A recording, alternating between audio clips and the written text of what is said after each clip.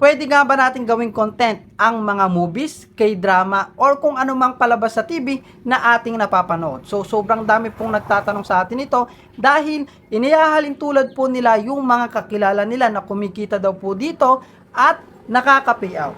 So, mga Lodi, no, lilinawin po natin, no, marami na rin po ang lumapit sa akin na ganito ang kanilang content, pero hindi po nila nakuha ang kanilang payout. Bakit? Due to an original content nga po, malinaw na malinaw na ito ay hindi sa kanilang content pero ginagamit nila at ina-upload nila sa kanilang mga page at profile.